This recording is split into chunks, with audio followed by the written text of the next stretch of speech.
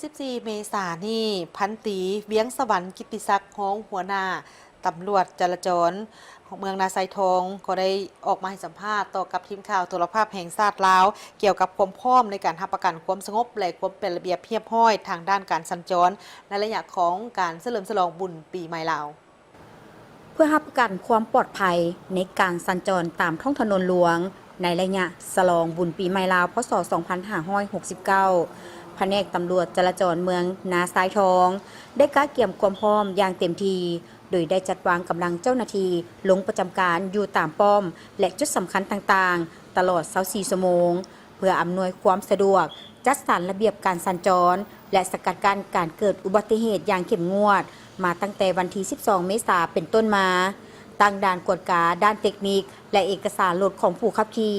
ทางอำนวยความสะดวกให้ผู้ขับขี่เพื่อลดพรการเกิดอุบัติเหตุ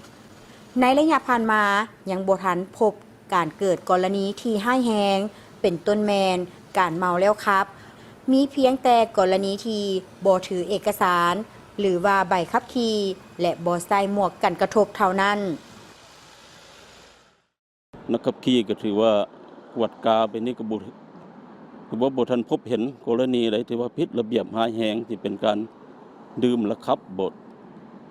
อันนั้นนี่ก็ยังบ่ทันเห็นเนาะเพราะถ้าเราได้กวดกาก็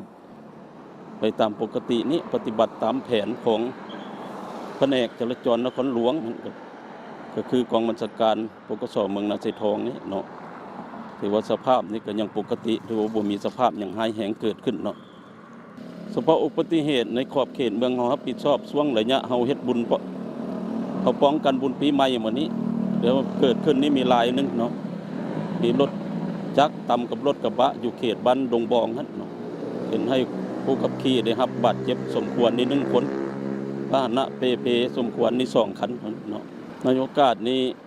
ช่วงระยะบุญป้องกันปีใหม่นี้ข้าพเจ้าขอฝากถึงนักขับขี่ผู้ใช้รถใช้ถนนมาเล่นบุญปีใหม่อยู่สปป.ลาวนี้ขอให้ปฏิบัติกฎระเบียบจราจรปฏิบัติตามป้ายกำหนดของโครงการกำหนดให้เนาะให้มีสติระวังตัวในการขับขี่หลีกเลี่ยงการดื่มและขับเพื่อหลีกเลี่ยงต่อการเกิดอุบัติเหตุเฉพาะเมืองนาทรายทองในระยะการเฉลิมฉลองบุญปีใหม่ลาวมาฮอดวันที่ 14 เมษายนสภาพการเกิดอุบัติเหตุอยู่ภายในเมืองมีเพียงแต่1 รายมีผู้บาดเจ็บเด็กน้อย